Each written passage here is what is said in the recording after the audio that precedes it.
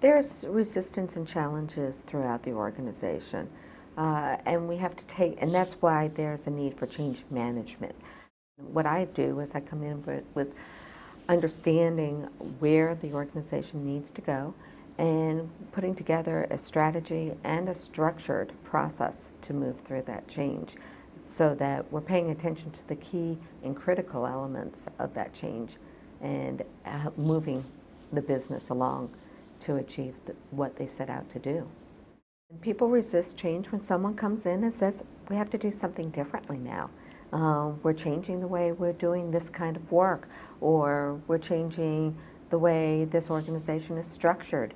And people are naturally resistant to hearing that news. They're saying, well, what's that mean for me? How is it going to impact me? Change takes a long time. It doesn't happen overnight. It's a long process. It can be a year, it could be 10 years. For example, a merger of two very large organizations that have two very different cultures can take years before it actually becomes one organization thinking alike, moving in the same direction, and people all feel like they're part of that one organization rather than I come from this organization or I come from that organization, but I work here now. And we see that a lot. It's very important for leadership to be involved with the employees and employees to be involved with management and leadership to define what that change needs to be.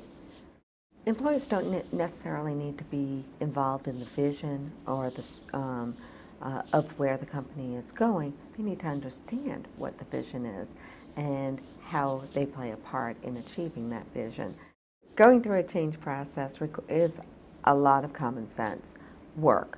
However, there needs to be structure around the things that need to happen, and that structure would include aligning leadership, making sure everybody is on the same page, understanding who the stakeholders are and what they have to win or lose in this change game.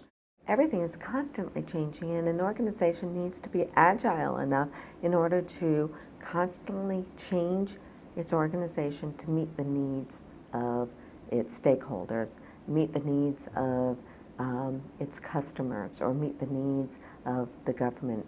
So it's always changing.